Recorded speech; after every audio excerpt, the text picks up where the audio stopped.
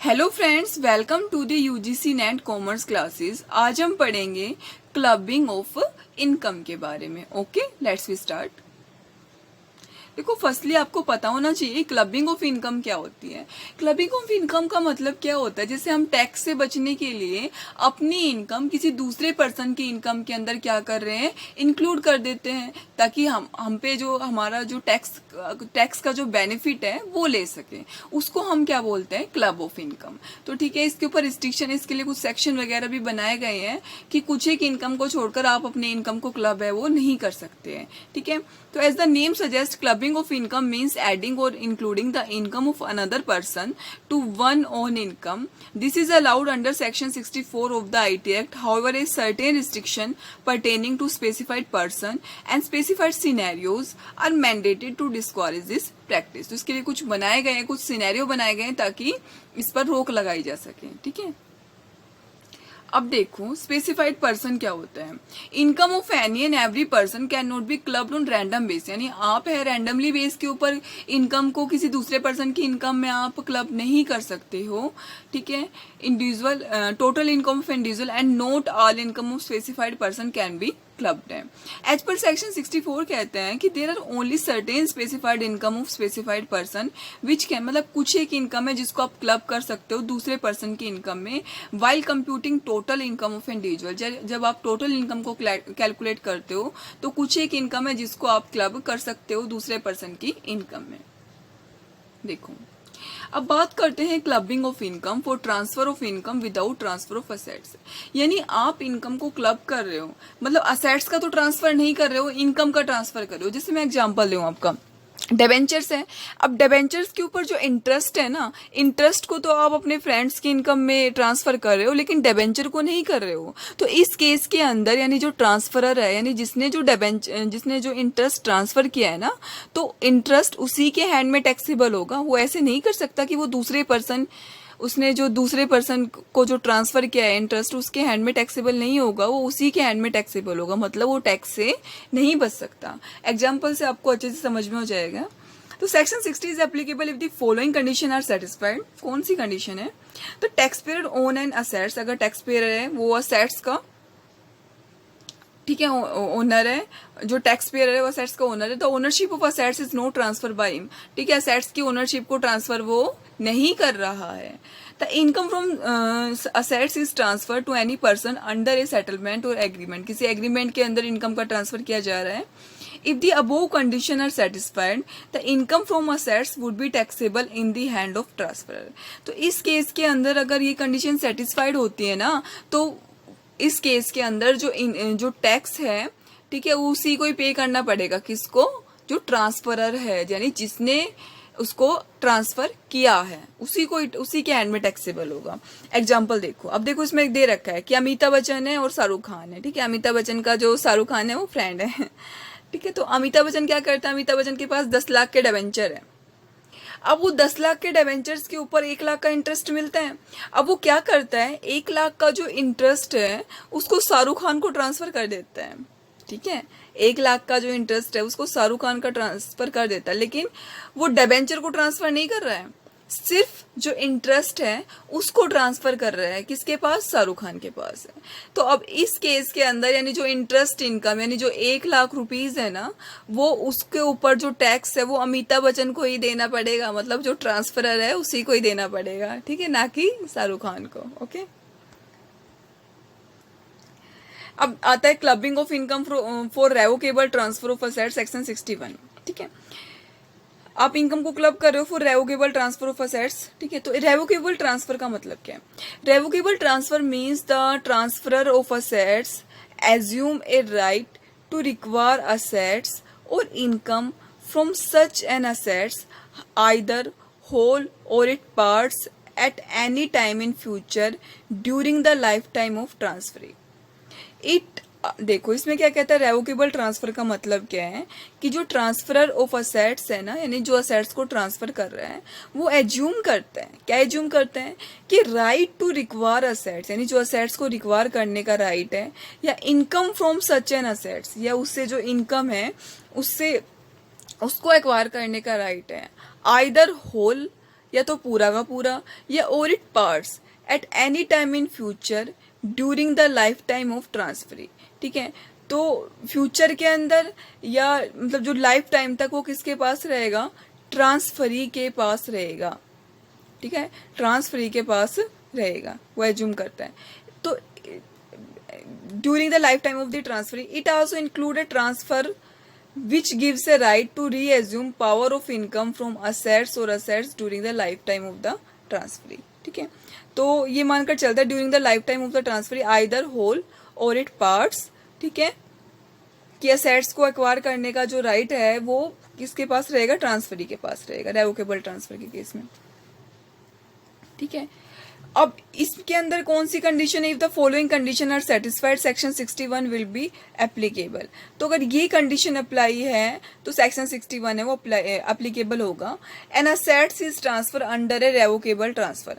जो असेट्स का ट्रांसफर किया गया है ना वो रेवोकेबल ट्रांसफर के लिए किया गया है। The transfer for this purpose include any settlement और agreement then any income from such an assets taxable in the hand of transferor and not the transferee.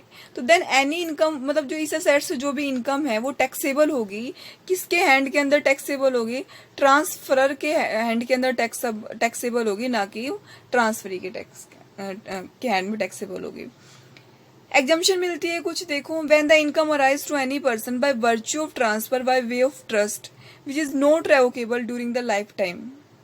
ठीक है, अगर मान लो इनकम अराइज हुई है to any person by virtue transfer by way of trust के द्वारा विच इज नॉट रेवोकेबल, यानी जो लाइफ टाइम के दौरान रेवोकेबल नहीं है, ऑफ द बेनिफिशियरी। ठीक है, and in case of any other transfer which is not revocable during the life time of the transferee. तो यहाँ पर एग्जाम्पशन मिल जाती है आपको।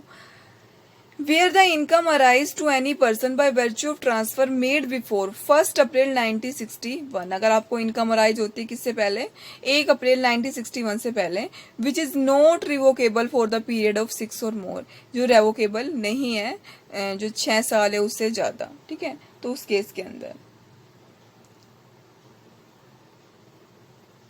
इसके बाद नेक्स्ट हम पढ़ते हैं, ठीक है, clubbing of income of spouse. ठीक है, तो clubbing of income of spouse क्या है, the following income of spouse of, ये आता है 64(1) के अंदर। अब clubbing of income of spouse क्या है, the following income of spouse, जो आपका जैसे पार्टनर्स की इनकम हो गई। ठीक है, the following income of the spouse of individual shall be including in the total income of the individual. किस केस के अंदर, remuneration from a concern in which spouse है सब्सटेंशियल इंटरेस्ट है। अगर रेमुनरेशन मिल रहा है जिसमें जो स्पाउस है यानी जो आपका जो पार्टनर्स है, ठीक है, उसका क्या है, उसमें सब्सटेंशियल इंटरेस्ट है। कंसर्न क्या होता है, concern could be any form of business और प्रोफेशनल कंसर्न। ठीक है, कोई भी किसी भी फॉर्म में हो सकता है। It could be sole proprietor हो सकता है, पार्टनरशिप या कंपनी, कुछ भी हो सकती है कंसर्न। तो सोल प्रोप्राइटरशिप भी हो सकती है, पार्टनरशिप भी हो सकती है और कंपनी भी हो सकती है।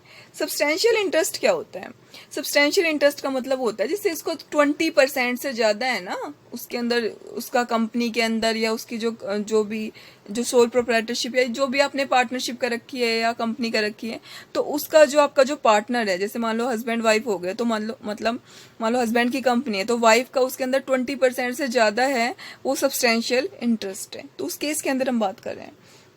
तो individual is deemed to have substantial interest if he she individually along with the relative beneficiary hold equity share carrying not less than 20% voting power in case of company, or it entitled not less than 20% of the profit in case of a concern other than company any time during the previous year। ठीक है, if the following condition are fulfilled this section become applicable। If the spouse of individual get any salary fees, अगर मान लो जो आपके spouse है जैसे आपकी wife हो गई तो उस कंसर्न से उसको सैलरी मिल रही है, रेमुनरेशन मिल रहा है, उस केस के अंदर if the individual has a substantial interest in such a concern the remuneration paid to the spouse is not due to technical और professional knowledge of the spouse, यानी जो रेम्यूनरेशन मिल रहा है वो स्पाउस है उसकी जो टेक्निकल नॉलेज है उसकी प्रोफेशनल नॉलेज के कारण नहीं मिल रहा है, ऐसे ही मिल रहा है। तो then such salary commission fees shall be considered as the income of individual not of spouse. तो इस केस के अंदर जो टैक्सेबल होगा वो इंडिविजुअल की हैंड, यानी जो पर्सन यानी जो हस्बैंड है उसी के हाथ में ही वो टैक्सेबल होगा, ना कि उसकी वाइफ के हाथ में। एग्जाम्पल देखो, एक्स है substantial interest in A limited, x का है उसका जो है ए में क्या इंटरेस्ट है, and Mrs X is employed by A limited, ठीक है, जो ए लिमिटेड के अंदर काम करते विदाउट एनी टेक्निकल और professional qualification to justify the remuneration. तो इस केस के अंदर income of Mrs X shall be taxable. तो इनकम है जो हुई है जो, तो वो किसके हाथ में टैक्सेबल है, एक्स के हाथ में, यानी उसकी जो वाइफ को इनकम मिल रही है बिना किसी उसकी जो प्रोफेशनल नॉलेज के कारण ही मिल रही है। अब when both husband and wife have substantial interest, अगर दोनों जो हस्बैंड और वाइफ है दोनों का ही सब्सटेंशियल इंटरेस्ट है उस केस के अंदर, when both the husband and wife have substantial interest in a concern and both are received of the remuneration from such concern, both the remuneration will include in the total income of husband of wife whose total income excluding such remuneration is greater। यानी अब देखो दोनों का ही उसमें substantial interest है, तो उस case के अंदर क्या होगा, दोनों में से जिसकी ज्यादा सैलरी है ना, जिसकी ज्यादा सैलरी है उसके हैंड के अंदर वो क्या होगा, टैक्सेबल होगा। ओके, नेक्स्ट सेक्शन पढ़ लेते हैं। Income from assets transfer to spouse, section 64(1), ठीक है। तो देखो ये क्या है, the income from assets transfer to spouse become taxable under the provision of 64(1) as per the following condition. Tax pair है वो इंडिविजुअल है, he transfer an assets other than house property, the assets is transfer to her spouse, यानी वो क्या कर रहा है अपने, जैसे मान लो वो असेट्स है, ठीक है, उस केस के अंदर तो क्या था, इनकम का ट्रांसफर कर रहा था अपनी वाइफ को, मतलब अपने जो मतलब वाइफ हस्बैंड को कर रही थी, हस्बैंड वाइफ को कर रहा था। और इस केस में क्या है, अगर आप असेट्स का ट्रांसफर कर रहे हो अपने स्पाउस को, तो उस केस के अंदर क्या है, the assets is transfer to spouse, the assets is transfer without adequate consideration, बिना किसी कंसिडरेशन के कर रहे हो, मतलब कुछ आपको मिल नहीं रहा है ऐसे ही आप ट्रांसफर कर रहे हो। तो moreover there is no agreement to live apart, ना कोई एग्रीमेंट हुआ है। तो if the above condition are satisfied, अगर ये कंडीशन सेटिस्फाइड होती है, any income from such assets shall be deemed to be income of tax payer. तो उस केस के अंदर जो इनकम है वो किसकी मानी जाएगी, किसके हाथ में टैक्सेबल होगी, वो ट्रांसफरर के हाथ में ही टैक्सेबल होगी। जैसे एक्स है वो 500 डिबेंचर है ऑफ IFCI का to his wife without adequate consideration, वो क्या कर रहा है, 500 के डिबेंचर्स हैं वो अपनी वाइफ को ट्रांसफर कर रहा है बिना उससे कुछ लिए हुए, विदाउट कंसिडरेशन, कुछ नहीं ले रहा। कंसिडरेशन का मतलब क्या होता है, समथिंग इन रिटर्न, तो कुछ नहीं ले रहा उससे वो। तो interest income on this case debenture will include in the income of x. तो उस केस के अंदर वो इनकम किसके हाथ में टैक्सेबल होगी, वो जो एक्स है उसी के हाथ में वो टैक्सेबल होगी। अच्छा, उसके बाद आता है 64(1) कब अप्लीकेबल नहीं होगा, on the basis of the aforesaid discussion and judicial pronouncement section 64 is not applicable in the following case. इन केस के अंदर सेक्शन 64 अप्लीकेबल नहीं होगा। किस केस के अंदर, if assets are transfer before marriage, शादी से पहले उसने असेट्स को ट्रांसफर किया है। If assets are transfer for adequate consideration, मतलब उसने कुछ लिया है उससे, अपनी वाइफ से कुछ लिया है रिटर्न के अंदर। If assets are transfer in connection with an agreement, agreement के द्वारा ली गए हैं। If on the date of accrual of income transfer is not spouse of the transfer, ठीक है। If property is acquired by spouse out of pin money, allowance given to the wife by her husband for a dress and usual household expenses, ठीक है। If in the aforesaid 5 cases, income arising for the transferred assets cannot be clubbed in the hand of transferred। तो इस case के अंदर क्या होगा, जो income है वो किसके हाथ में टैक्सेबल हो जाएगी, ट्रांसफरी के हाथ में टैक्सेबल हो जाएगी। नेक्स्ट आता है clubbing of income from assets transfer to son wife, ठीक है। अपने जो बेटे की वाइफ है, ठीक है, तो उसके हाथ उसको क्या कर रहे हैं, उसकी इनकम के अंदर वो क्लब कर रहे हैं, सन्स वाइफ, ठीक है। तो 64(1)(6), तो income from assets Income from assets transferred to son's wife attract the provision of section 64(1)(6) as per the condition below. The taxpayer is individual. taxpayer है वो क्या है? इंडिविजुअल है. He transfer assets after 31st May 1973. यानी उसने जो assets transfer किए हैं वो कब के बाद किए? 31st May 1973 के बाद किए हैं. The assets is transferred to son's wife. अपने बेटे की वाइफ की उसमें. The assets is transferred without adequate consideration. उसके बिना कोई उसने कंसिडरेशन के किए हैं, उससे कुछ लिया नहीं है मतलब. तो इन the case of such individual the income from assets is include in the income of tax payer. तो इस केस में भी क्या होगा? जो इनकम है वो टैक्सेबल होगी. किसके हैंड में टैक्सेबल होगी? जो ट्रांसफरर है उसी के हाथ में ही टैक्सेबल होगी. Clubbing of income from assets transfer to a person for the benefit of spouse के बेनिफिट के लिए कर दिया. ठीक है, तो इस केस में भी ये क्या होगा? वो किसके हैंड में टैक्सेबल होगी? ट्रांसफरर के हाथ में ही टैक्सेबल होगी. ठीक है, बिना किसी एडुकेट कंसिडरेशन के किया है, डायरेक्टली कर दी, बिना किसी एग्रीमेंट के किया है. तो इस केस में भी क्या होगा? जो ट्रांसफरर के हाथ में यानी है वही टैक्सेबल होगी. सेक्शन 64(1) है. ठीक है, 7. इसके बाद आता है clubbing of income from assets transfer to a person for the benefit of sons wife के लिए कर दिया. तो इसके लिए सेक्शन याद देख लेना 64(1)(8) एप्लीकेबल होता है. तो इस केस के अंदर भी अगर मान लो आपने जो सन्स वाइफ है यानी जो आपकी बेटे की वाइफ है उसके बेनिफिट के लिए असेट्स वगैरह ट्रांसफर कर दी, तो इस केस में भी क्या होगा? वो टैक्स पेयर के हाथ में ही टैक्सेबल होगा. मतलब जो ट्रांसफरर है उसी के हाथ में ही वो टैक्सेबल होगा. ठीक है, बिना किसी एग्रीमेंट के किया है, बिना किसी एडुकेट कंसिडरेशन के किया है, 31st May 1973 के बाद किया है. तो इस केस में भी वो ट्रांसफरर के हाथ में ही टैक्सेबल होगा. अब आता है clubbing of income of minor child, यानी माइनर चाइल्ड की इनकम को क्लब किया जा रहा है सेक्शन 64(1)(a) के अंदर. तो इसको एक बार ध्यान से पढ़ लेना. All income which arises or the accrue to the minor child shall be clubbed in the income of the parents. ठीक है, तो उनकी पेरेंट्स की इनकम में क्लब कर दिया जाता है. Whose total income excluding minor income is greater. However, the case parents are separated, the income of minor will be include the income of the parents who maintain the minor child in the relevant previous year. ठीक है, तो देखो जो arises होते हैं minor child की जो income arise होती है उसके पेरेंट्स की इनकम के अंदर क्या कर दिया जाता है? क्लब कर दिया जाता है.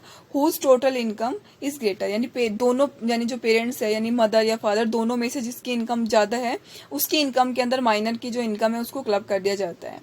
लेकिन in case of parents are separated, अगर मान लो पेरेंट्स है वो अलग रह रहे हैं, the income of minor will be include in the income of parents who maintain the minor child. यानी जो माइनर चाइल्ड है उसका जो खर्चा वर्चा मतलब बियर वगैरह करता है तो उसके हाथ में तो उसकी इनकम है वो क्लब हो जाएगी. Exemption to the parents. ठीक है, सेक्शन 1032 के अंदर मिलती हैं. An individual is shall entitled to exemption of 1500 per annum in respect of each minor child. तो यहाँ तक उसको एग्जम्पशन मिलती है. If income of such minor as included under section 64(1)(a) exceed the amount, अगर इससे ज़्यादा हो जाती है तो however if the income of any minor child is less than 1500 per month the aforesaid exemption shall be restricted in the income so included the total income of individual. ठीक है, तो इतनी तो आपको एग्जाम्पशन मिलती है, लेकिन इससे ज़्यादा एक्सीड हो जाती है तो फिर वो क्या हो जाती है? टैक्सेबल हो जाती है. When section 64(1)(a) is not applicable, कब ये एप्लीकेबल नहीं होगा जो माइनर वाला सेक्शन है? इन case of income of minor child from following sources, the income of minor child, अगर इन सोर्सेज से इनकम जनरेट हुई है माइनर की तो उस इनकम को क्लब नहीं किया जाएगा.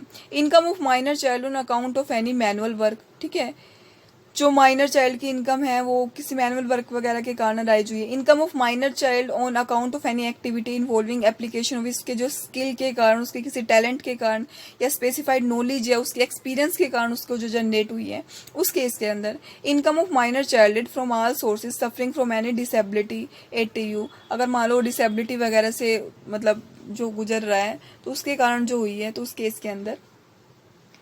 Clubbing of income of HUF section 64(2). ठीक है, इसमें क्या होगा? तो clubbing of income HUF section 64(2) wherein the case of individual बिगिन a member of Hindu undivided family at any time after 31st May of December 1969 has converted his self acquired property into property belonging to his family through the act. ठीक है, तो wherein the case of individual बिगिन a member, अगर मान लो individual है वो HUF का member बनता है कब? आफ्टर 31 मई दिसंबर 1969 के बाद अगर बनता है, has converted his self acquired property into property belonging to the family through the act. ठीक है, तो अपनी प्रॉपर्टी को कन्वर्ट कर सकता है किसमें, प्रॉपर्टी इनटू फैमिली प्रॉपर्टी के अंदर। Of impressing such separate property will the character of the property belonging to the family और throwing into the common stock of the family और being transferred by the individual directly indirectly to the family member. Otherwise, then, for adequate consideration, the property so converted or transferred begin here and after refer to the converted property. The income arising for such converted property shall be dealt with the following manner. ठीक है, तो अगर मान लो कोई HUF है, वो अपनी जो प्रॉपर्टी उसको कन्वर्ट कर रहा है फैमिली प्रॉपर्टी के अंदर या अलग वे से, the entire income of the converted transfer property shell be taxable. तो उस केस के अंदर क्या होगा, वो HUF के हैंड में क्या होगी, टैक्सेबल होगी। If the converted transfer property substantial जो मतलब if the converted transfer property subsequently, ठीक है, partition amongst the member of the family, the income derived from such converted property as and received by spouses of the transfer। तो इस case में भी क्या होगा, वो ट्रांसफरर मतलब HUF के हैंड में ही वो क्या होगी, टैक्सेबल होगी। ठीक है, अब individual is said to have this substantial interest. किस केस के अंदर उसको सब्सटेंशियल इंटरेस्ट बोलेंगे, in case of a company individual by either himself और along with the relative beneficiary own share having. अगर मान लो उसका 20% से ज़्यादा उसका इंटरेस्ट है, यानी 20% से ज़्यादा वोटिंग पावर है, तो उस केस के अंदर हम मानेंगे कि उसका सब्सटेंशियल इंटरेस्ट है। In any case such individual either alone or along with his relative is entitled to 20% or more of profit is aggregate। उसको उस कंसर्न के अंदर उसका जो 20% से ज़्यादा प्रॉफिट के अंदर शेयर है, तो उस केस के अंदर हम मानेंगे। ठीक है, income from reinvestment of clubbed income by spouses is not clubbed in the hand of individual. ठीक है, तो income from reinvestment of clubbed income by spouse is not clubbed, ठीक है, in the hand of individual and individual is said to have the substantial interest in the concern. ये हमने बता ही चुका, अगर उसका 20% से ज़्यादा वोटिंग राइट है या शेयर के अंदर उसका जो हिस्सा है, तो उसमें हम कहेंगे कि वो क्या, उसका क्या है, इसमें सब्सटेंशियल इंटरेस्ट है। तो ये थी हमारी क्लबिंग ऑफ इनकम के बारे में। तो फ्रेंड्स, अगर आपको वीडियो अच्छी लगे तो वीडियो को लाइक, शेयर और चैनल को सब्सक्राइब कर देना, ताकि आपको हर न्यू वीडियो की नोटिफिकेशन है वो टाइमली मिल जाए। इसमें एक बार आप सेक्शन देख जाना, ठीक है, कि जो भी सेक्शन है, जैसे 60 हो गया, 61, 62, 64 वगैरह जो भी है, माइनर का सेक्शन है वो इम्पोर्टेंट हो जाता है। तो ये सब आप एक बार देख जाना। तो थैंक यू, मिलते हैं नेक्स्ट वीडियो के अंदर।